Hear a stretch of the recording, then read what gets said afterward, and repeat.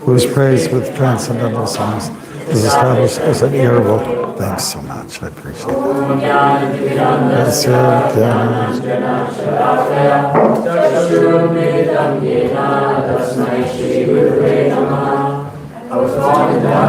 Because my spiritual master opened my eyes with the torchlight of knowledge, I offer my respectful obeisances unto him.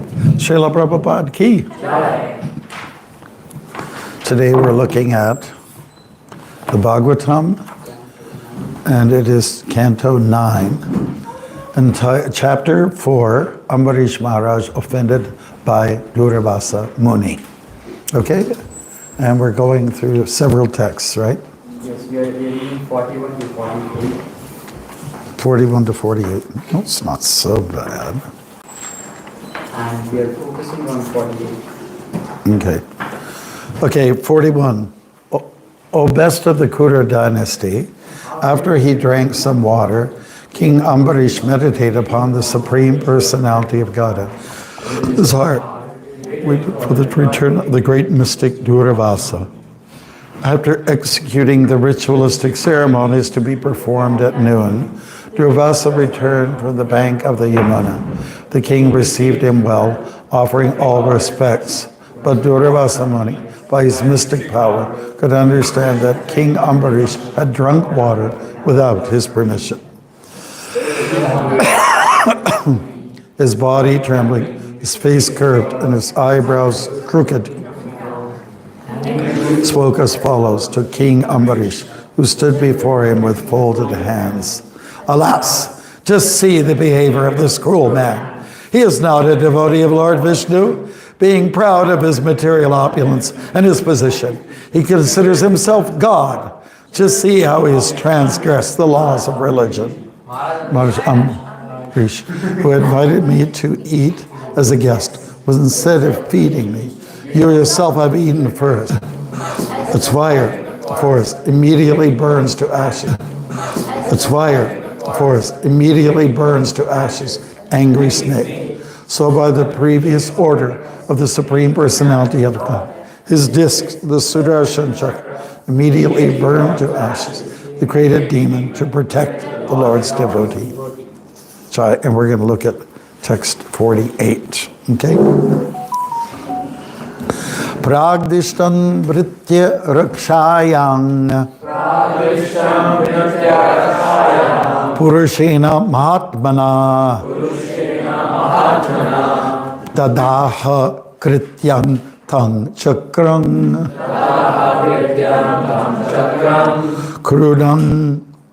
Krudhahim Iva Pavakaha Pradrishtam Vritya Rakshayam Pragdishtam vritya rakshayam Purushena Mahatmana Dadaha Krityam Tam Chakram Dadaha Krityam Tam Chakram Krudam Eva Pavakaha Pradrishtam Vritya Rakshayam Pragdishtam vritya rakshayam Purushena Krityam Tam Chakram Dadaha Krityam Tam Chakram Krudaham Daham him eva pavaka.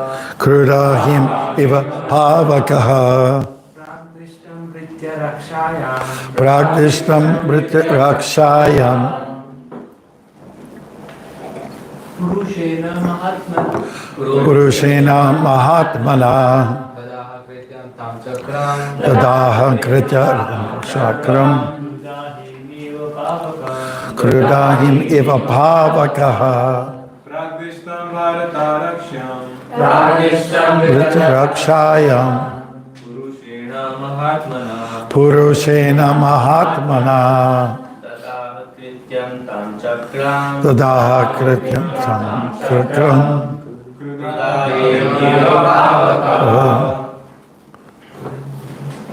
Isn't there supposed to be a response to that? To everyone? Okay, all right, whatever. Prakdishtam, as previously arranged. Britya Rakshayam, for the protection of his servants. Purushena, by the Supreme Person. Mahatmana, by the Super Soul. Dadaha, burnt to ashes. Krityam, that created demon. Tam, him. Chakram, the disc. Kruda, angry. Ahim, a serpent. Eva, like. Pavaka, fire. Translation. Together, everyone. As fire in the forest immediately burns to ashes an angry snake, so by the previous order, the Supreme Personality of Godhead, his disc, the Sudarshanjana, immediately burned to ash the created demon to protect the Lord's devotee. Purport by His Divine Grace A.C. Bhaktivedanta Swami Prabhupada. Yeah, that's a good idea. Okay. A pure devotee, as a pure devotee, Maharaj Ambarish, although in such danger, did not move an inch from his position, nor did he request the Supreme Personality of Godhead to give him protection.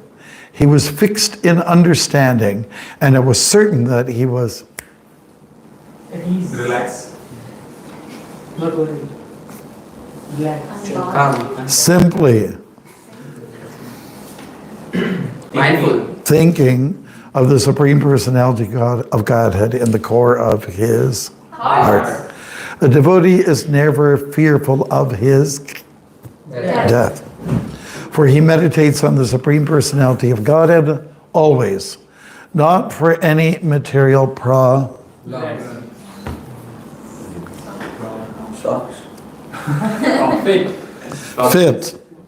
profit, but as his duty. The Lord, however, knows how to protect his devotee. As indicated by the words pragdishtam, the Lord knew everything.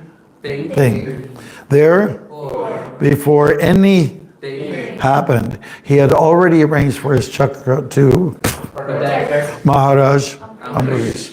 This protection is offered to a devotee even from the very beginning of his devotional service. Kontiya pratijane hi. Name bhakta pranashati. Chapter 9, text 31 from Bhagavad Gita. If one simply begins devotional service, he is immediately by the Supreme Personality of God. This is also confirmed in Bhagavad Gita, chapter 18, text 66. Ahang tvang sarva papebhyo moksha shami mashucha. Protection begins immediately.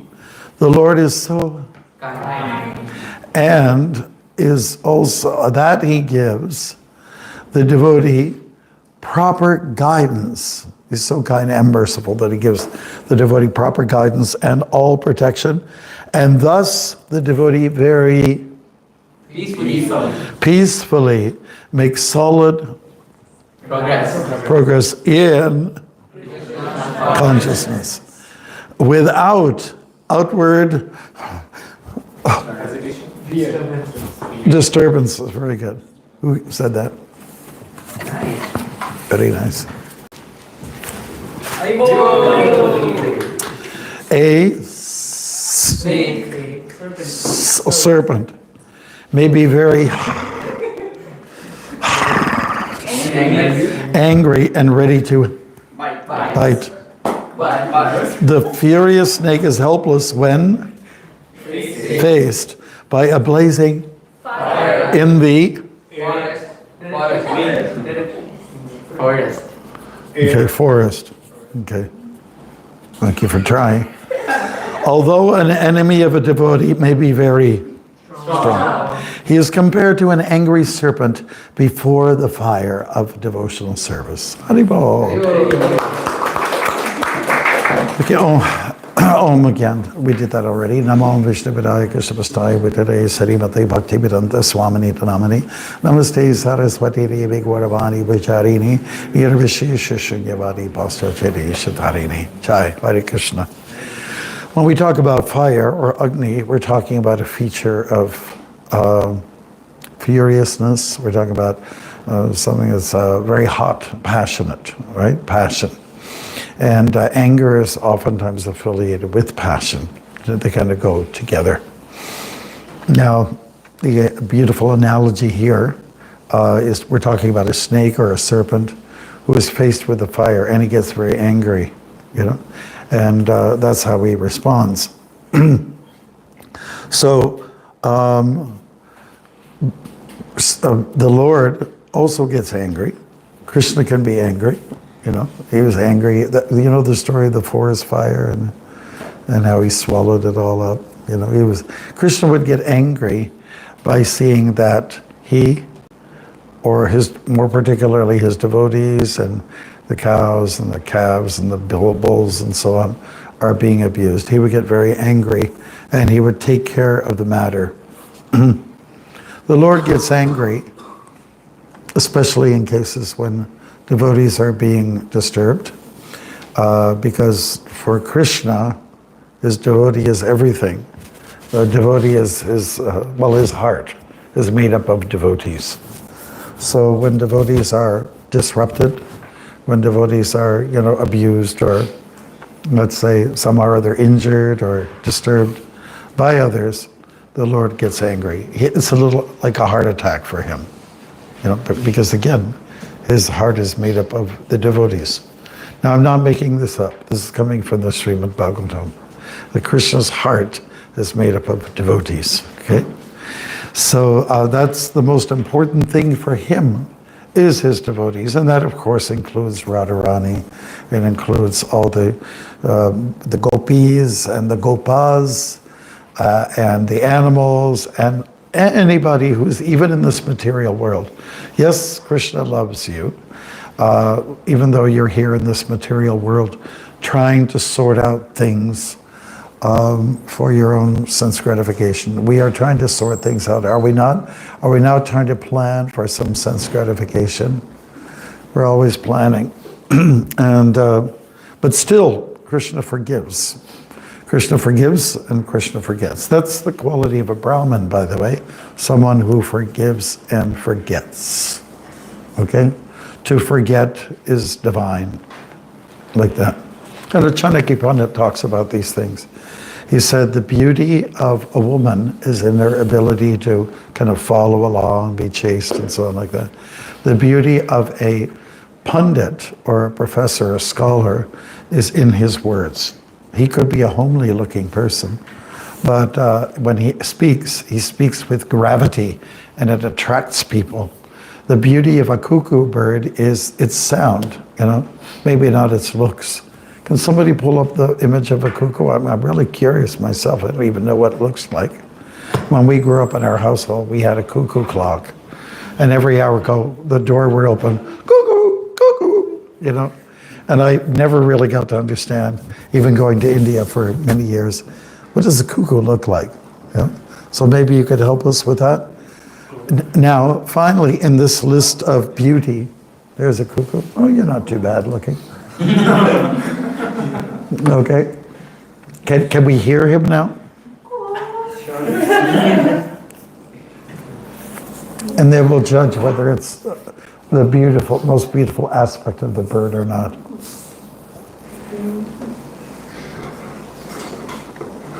Can we get it, this yuga group?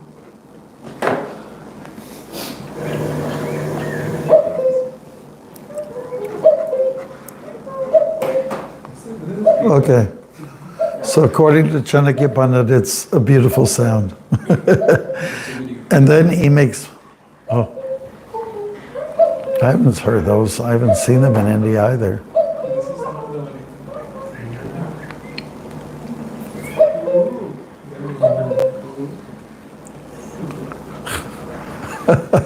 That's beautiful, isn't it? Very well. So Chanakya Pandit mentions in the list of these items what is beautiful in certain itemized persons or personalities. There's one more that we didn't mention just now. And for a Brahmin, the beauty of a Brahmin is his ability to forgive, forgive, even if he's been personally injured, okay? So now, isn't it very interesting, in this story of Durvasa is the Brahmin, Ambarish is the Kshatriya. Kshatriyas get angry, they get passionate. But it's Durvasa here, there's like sort of a crossing over. He's the one that gets angry, easily gets angered, and it's Ambarish who's just plays Mr. Cool. The chapter's entitled Ambarish Maharaj offended by Durvasa Muni, but he's not offended by him at all. It's the other way around. Durvasa is offended. What was the big offense? Okay. They made an agreement. We'll break fast together. We'll break fast together at the appointed time, and then we'll break fast and together. But Durvasa Muni showed up late at the Dwadashi. They were fasting for the Ekadashi. He showed up late, and then it was Ambarish who was a little anxiety. Oh God, what am I going to do? I want to do the right thing. And the right thing was, in his estimation, is let me drink some water. At least I will have broken the fast. That was our agreement. Let's break the fast. Not necessarily, maybe with water, yes. Hare Krishna. Cheers. And so he was drinking water. He was in the midst of drinking water. Then Durvasa comes in. You broke your promise. You didn't keep to your promise, and for that, I will curse you. So the cursing method, at least in the past, in other, let's say, yugas, was to take a hair out of your head, or several hairs. I don't know how you do that, really. But just pull it out and dash it against the floor, and through some mystical power, one could invoke a Rakshasa, some demon. So a demon did appear with a trident, and we might be able to get that picture somewhere. Yeah, there he is. It doesn't look that demonic. He looks like most people on Yonge Street. And so it looked like, like he was doomed, Ambarish. But he's of a saintly character, even though he was a king. We heard about Rajarshis, kings, or administrators, monarchs, who are actually quite saintly. It's hard to find that, actually in this day and age. And so he didn't take offense, he didn't react like, oh, what am I going to do? But here's what did happen. The Lord reacted because a devotee is offended.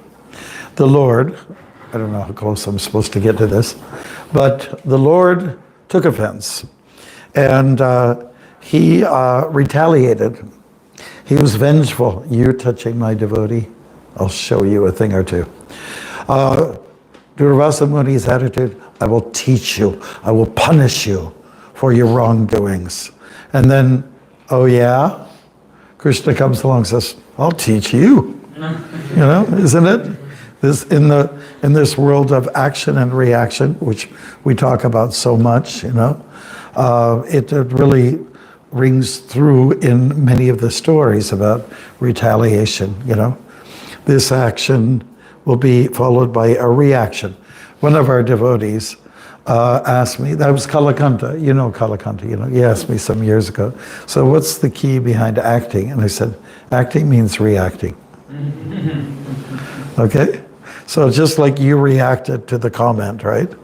Because there was some action. I just told you something.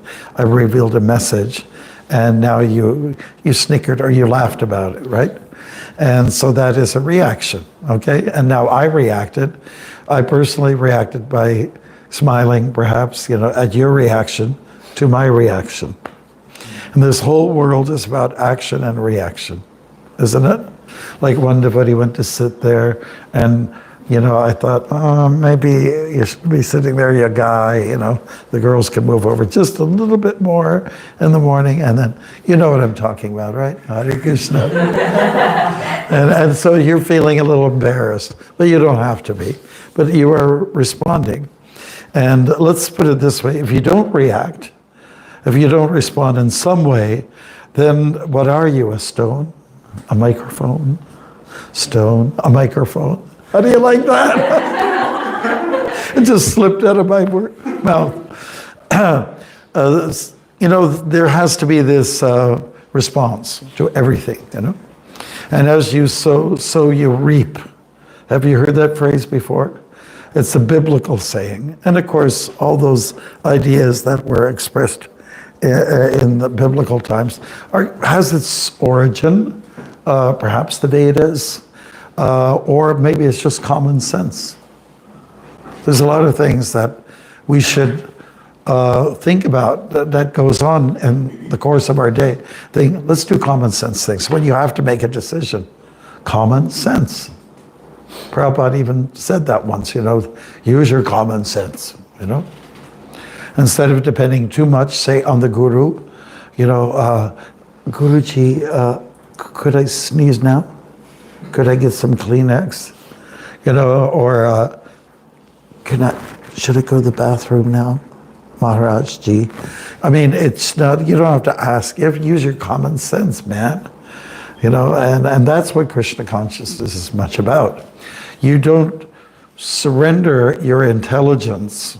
You know, we are supposed to surrender, but don't surrender your brains, right?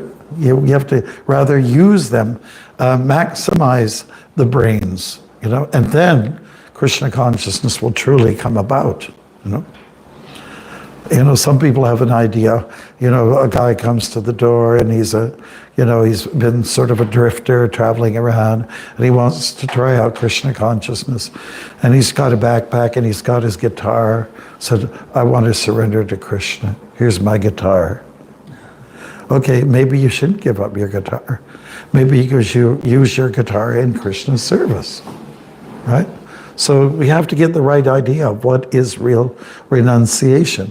That's chapter 3 from the Bhagavad Gita. Chapter 3 and chapter 5, Krishna's clarifying what is real renunciation. And real renunciation is work in Krishna's service.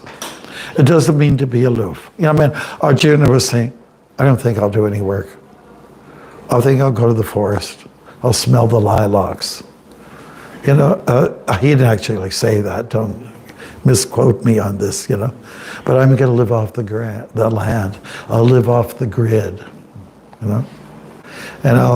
And then Krishna didn't like that at all. You have got renunciation wrong, you know. You're misunderstanding. Real renunciation means to work in what the Lord wants, and also to work within your varna and your ashrama. Right? Chapter 4 from the Gita talks about that. You have to work according to your psycho-physical nature. You know? So this is real renunciation. Use your talents in Krishna's service. You know? Say like when you're trying to, the devotees who are arranging the 6-hour, 12-hour kirtans, whatever, they try to pick the people who can sing, not those who can't sing. And maybe there's an argument, oh, it's not about showmanship. It's about, speaking, chanting from the heart. But what if that person is tone deaf and doesn't sing worth like a cuckoo? Then you're not, you have to kind of identify a person's strength, especially if you're like a manager and so on.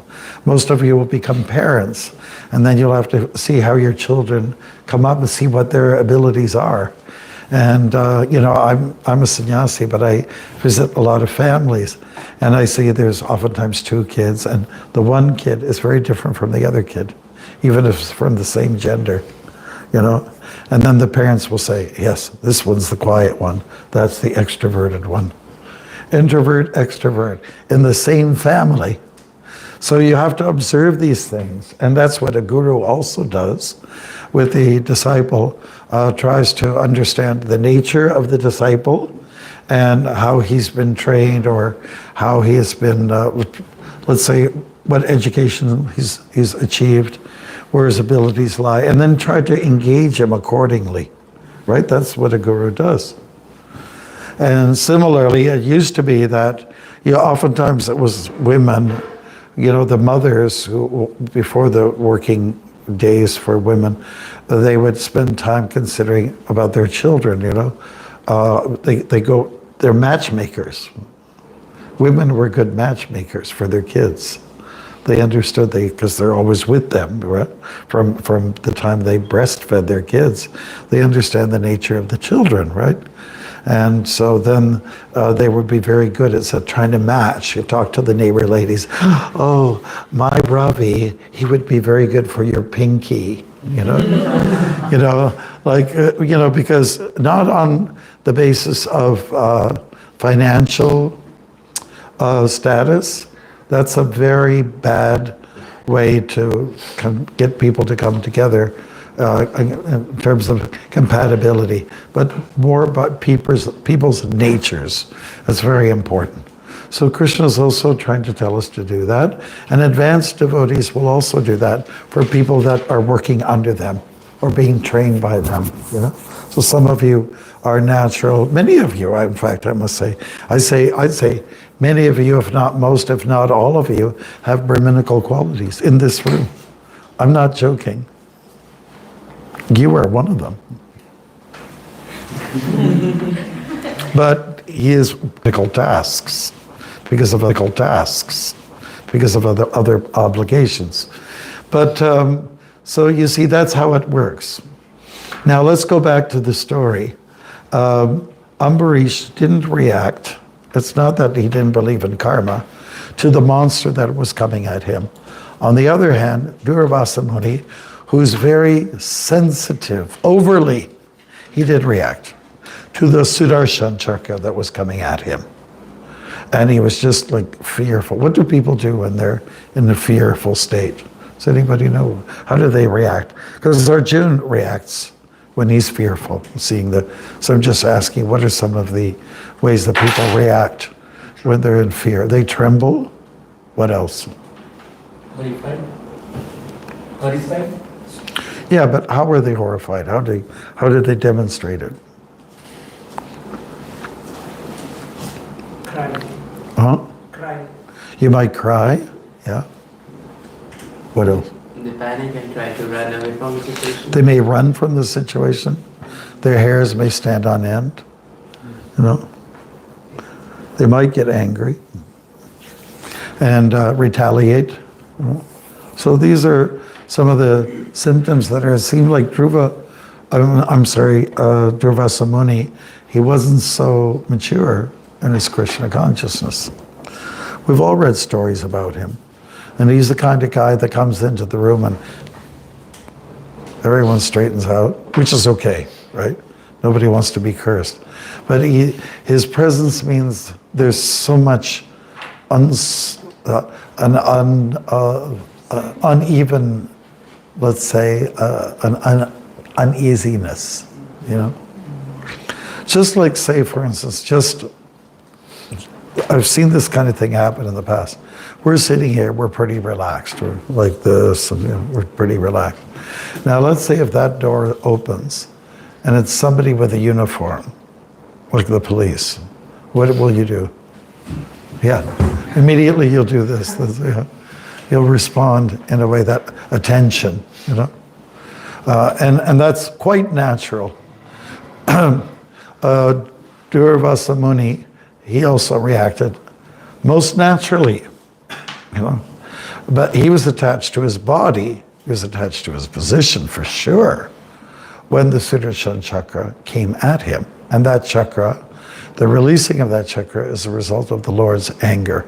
The Lord does get angry from time to time. Krishna gets angry when his devotees are disturbed. You know, because for Krishna, the devotees are everything. What's the verse? Kontiya parichjanihi name bhakta pranashati. You can look that up. Chapter 9, text 31. 9:31. You all can, yeah. Krishna knows everything, past, present, and future. So he knew like this is what is going to happen. So if he already knows what will happen, why he gets angry? Why he gets angry? He knows what's going to happen in future. Well, for Krishna, everything's a drama. He's a dramatist. So he likes to see the play of emotions, you know. He loves the emotional expressions. You know, for Krishna, his idea of the world is full of color. It's full of color. It's full of the world of agitation, the world of joy, the world of sadness. Everything's like a stage for him. And, you know, time off, the Brahmajyoti. Which is what some of us do. Said, I've been around, you know, I've been busy all day. Somebody like Amalhari now, I've been very busy. And, you know, I'm saying that affectionately.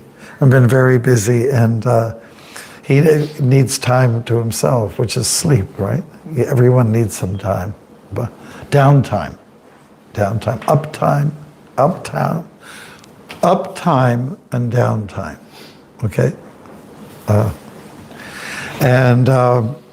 So this is Krishna's disposition. This is the way he is. So it's interesting to see how people react. You think the king was very attached to his position, to his what he's acquired, accumulations, his throne, his clothes, his wardrobe, his people who were serving him, etc., his kingdom. He's very attached. But this Ambarish was, so whatever you want, my lord.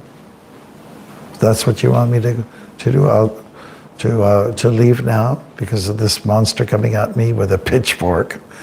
You know, if that's what it is, so be it. Que sera, sera. You know, que sera, sera. Do you know that song? Do you want to sing it for us? Que sera, sera. Whatever will be, will be. The future's not ours to see. Que sera, sera. Que sera, sera. Means that, you know, whatever comes of its own accord.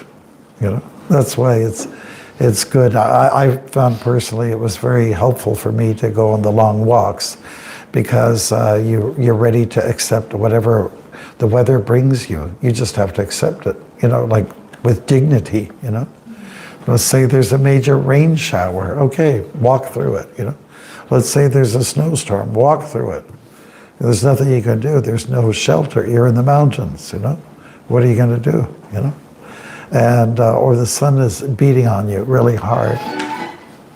Or when, oh, he found the song. I know it. Do you want to sing it then, or play? You want to play a little bit?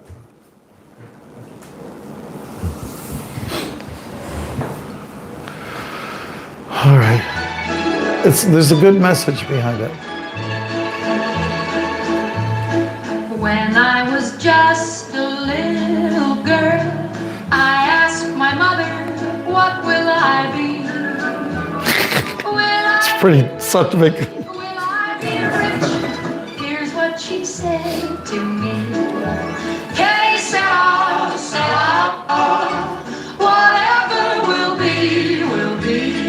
Okay, you get the gist of it. Flowers to see. Haribol. There's a strong spiritual message behind that song. Even with mundane songs, artists have picked up some good messages that are of expressing truth. So this is what we need to, to work with, this kind of mentality. And if you have an ability to change a circumstance, then do it. Especially it's for others' protection, other people's protection, right? But if something is coming at you and you can't do much about it, then just take it. Whatever comes of its own accord. This is one of the strong, powerful messages behind this Leela. The example is Ambarish, not Durvasa. So to compare notes, these two characters, they're very colorful. They're very interesting. You would expect more from Durvasa, who's the sadhu, the sage. But he's kind of disappointing us. On the other hand, Ambarish, who has a lot to be proud of, position, power, wealth, he was detached about it. Okay? So it's not position that does it. It's, what is your character? What are you carrying? Just like some of our leaders, they disappoint us, So they don't behave properly, oftentimes. They make bad decisions. Bad training. Bad background. Bad upbringing even sometimes. Yeah? Okay, so we are at that point where we can leave this for your questions and answers, and we'll take it like that. All right? So, well, anybody can begin? Yes, everyone in the back. Okay, Maharaj. So we are talking about how the Lord becomes angry when his devotees are offended. So we staying in temple, we are surrounded by devotees. So sometimes we knowingly or unknowingly might offend someone. So first thing is how to avoid it, and how do we know if someone is offended? Because sometimes we don't even know if someone is offended or not by our Yes. Well, that's a really good question. It's very practical. So first of all, we chant Hare Krishna, and we do it attentively so that we can absolve ourselves of sins, offenses. So we do that. And, we're walking on the street, we kill a few ants, and we don't even know about it. So you overcome the karmic reaction by chanting Hare Krishna. Okay, now, one thing that you can do to prepare yourself for an offense that might happen is, when you meet devotees each morning, you offer obeisances to each other. Just set it right. I respect you. I respect you. I respect the Paramatma within you, the Krishna in you. And I respect you too. You're Krishna's devotee. So start off on the right note in the morning, after or before you even shower. You meet somebody in the hallway, just, please accept my humble obeisances, pranams, etc. And then boom, right off the bat. So start off on the right way. Don't wait for, there to be some, like igniting of some agitation. Better to start and keep showing, Prabhu, how are you? Give that smile. Offer, Prabhu, is there something I can do for you? So even if they were offended, that other person, and you didn't know what you did, which happens sometimes, then at least you try to counteract this behavior by just doing all kinds of nice things. And hopefully that other person's heart will melt and they'll forgive, right? So I think that's practically how to handle those circumstances. And maybe it's also a good idea to sit, how are you doing, Prabhu? Is something I can do? Just try to probe in there. And if you can see by a person's behavior, I'm okay. Like if they was, how are you doing, Prabhu? I'm all right. There's something not right. And then you can try to probe in. Sometimes they're not ready to even open up, right? So give it a little time. Work with patience, and the time will come when you can open up, And what I do once in a while, because, you know, spiritual life can be very grave and sometimes serious. So I have this friend, he lives in Windsor, and he's a former school teacher. And he was always a funny kind of guy. He was very good with kids. And he always sends me these funnies. They are hilarious, the best. And I send them off to a few people that I know that need to hear something light and bright, you know. Now, just keep in mind too, Prabhupada was, someone described him as a laughologist. That, you know, you've seen grave pictures of Prabhupada, like that one, it could be quite grave, serious, right? It's not grave in that. Yeah, he's not grave, he's actually smiling. Yeah, but there's another side to him where he's light and lively, and he'll crack jokes, and he'll address his disciples at, instead of Kirtanananda, Kitchenananda. Instead of Shruti Kirti, Shruto. Or Gargamuni, who'd like to get money, Gargamani. You know, he had names for everybody, just to lighten up the atmosphere. And he'd tell funny stories based on, like some of the Bengali stories that he grew up with, you know. Gopal Ban was, Prabhupada tells stories of Gopal Ban, who's like a court jester for a king.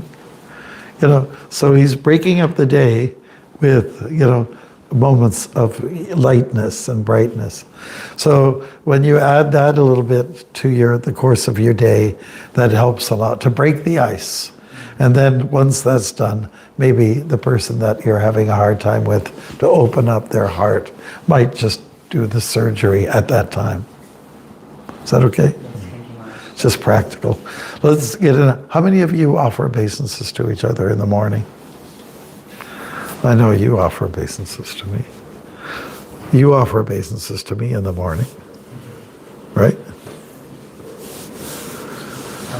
We do it while we are doing our morning program. So at the end. Okay, we could do more. We could do more. But to make it personal, that's part of a, you know, the regimen. You know? That's part of the regimen. But when you do it from your heart, and you see somebody, oh, Prabhu, please accept my humble obeisances. And do it, and mean it. Makes a big difference. So we'll start today. We'll start it right. We'll start today. Okay. Anybody else with a question? Rohan. Thank you, Maharaj, for the wonderful class. I have a question regarding how Krishna saved Ambarish Maharaj from his Sudarshan Chakra. But we have seen so many pastimes before, like that devotees have prayed first, and then Krishna saved them. Devotees have prayed to Krishna prayed for protection, like Kunti Devi, Gajendra, and even the Brajvasis also before the Golden Lila. But how is this? Like there are some cases, if I'm not wrong, but where Krishna protects them even before they are praying. So how is it? Even if you're praying, Krishna doesn't protect? Is that what No, even before praying, Ambarish Maharaj didn't even pray to Krishna that please protect me. But Krishna just sent his Sudarshan Chakra to protect him. I just have a little trouble with you speak fast for me, you know. Can you give me that last little bit again? So, in so many cases, we have seen that Krishna protects everyone. That I got. When the devotees have prayed, like Kunti Devi, everyone. Yeah. And in this case, Ambarish Maharaj didn't even pray to Krishna, please protect me. Yeah. But Krishna saved him with the help of the Sudarshan Chakra, even before he prayed. So, how is this a special case or something? Oh, is this a special case? Yes. And you know, like I said earlier on, Krishna's into the drama. He's into the theatrics. And he always puts interesting twists to every story. There are exceptions, yeah. But Ambarish in his mind, like if somebody is a saint and he's aloof, really, he demonstrates that aloofness by, oh, well, Krishna will, whatever's coming to me, it's Krishna's arrangement. What about this? You know, we just went through Ram Navami and not so long ago, and that whole story about how Sita was protected by Agni. That's an interesting twist of the story, isn't it? And all the while, Krishna's, Ram rather, is trying to protect, she's already protected. She's safe. And he's going through this big ordeal, this whole drama, which involves a cast of millions, right? Only to find out that, that was a Maya Sita, wasn't the real Sita. Look at the drama that he's created for himself and for us. It's unpredictable how things will terminate sometimes. You never know what's going to happen. You don't know. Krishna knows, we don't know. Okay, somebody else has got there. Yes, sir. One last question. It's just a follow-up to Mohan Prabhu's question.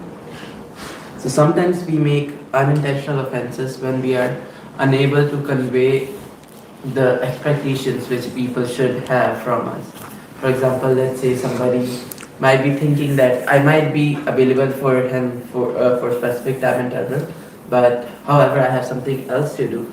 Or he's just counting on me for something, but that's not the thing which I can deal with. They have high expectations from us, but we are not there yet. So how should you convey this in a nice way to them? Wow, I'm not sure if I got that one either. Can you simplify it?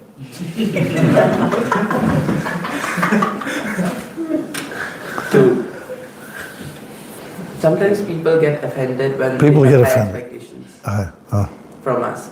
However, we are not there yet. So how do we tell them that we are not there yet? How should we tell them that your expectations are too high? Yeah. Well, why don't you just tell them? Yeah, I'm not sure if I can come up to that level, Prabhuji. Can you make it a little more simple for me? Is that okay? I'm not too advanced yet. I'm a member of the Kali Yuga. I was, I was a big meat eater before. I was a sex monger or whatever. All these things. So I'm not, what you're asking me to do. I just can't. Please forgive me, but can you just? Maybe that's what needs to be done sometimes. Sometimes you just have to open up. And speak in confidence like that. Good, but thank you. That's a good question. Yeah, good. Anything else, Bruce? We still have a little time left. Yes. Maharaj, you mentioned that we're supposed to surrender, but don't surrender your intelligence. Yeah. When do we know that I shouldn't use my common sense here and I should ask for help? Like, where do we can't take everything into our hands and we can't decide everything for ourselves. So where do we draw the line? Well, either or. Maybe you're in a situation there isn't anybody to consult with, so you have to use your own common sense, right? Say you're in the middle of the Sahara Desert, You may have to make a big decision. Well, there's no one else to ask. Krishna, pray to him. Yeah, but you have to use common sense. And if you have someone at your disposal who's a little more advanced or experienced than yourself, then consult with them. That's what they're there for.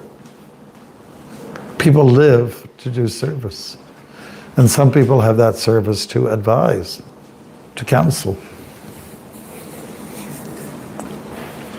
Use either or, but don't just do nothing. And yet the common sense oftentimes arises from experience. Like a lawyer goes into the courtroom, he's dealt with cases, he's read about cases, he's looked at the laws, the policies of the land, and then he or she can be able to come up with a good case in defense. So, right? Go for the experience. Every time you have something going on, it adds something adds a richness to your life. Every day is a new richness, and it's shown by that white hair that comes out. Or like, I was walking through the forest there in Ohio, and I was asking the young devotees, do you know how old a tree is? Is there any way to tell? And they didn't know. So I said, well, see this tree, this stump, it was cut off here, and there's lines in the tree. Each line represents a year, because the sap has run up and it's run down. That's how the lines are created. So you can tell the age of a tree by looking at what it's structured, what it's made up of. So every time you have an experience, good or bad, it adds something to your life that will help you to deal with challenges that are yet to come. John. All right, so I guess that's it. It's 8:30, and now we're going to take prasadam, and we're going to read about Prabhupada. I need a certain book. Okay? Jai. Thank you so much for the great questions. Panchakalapattarubhyascha kripa sindhubhyeva cha patitanam bhavanebhyo vaishnavebhyo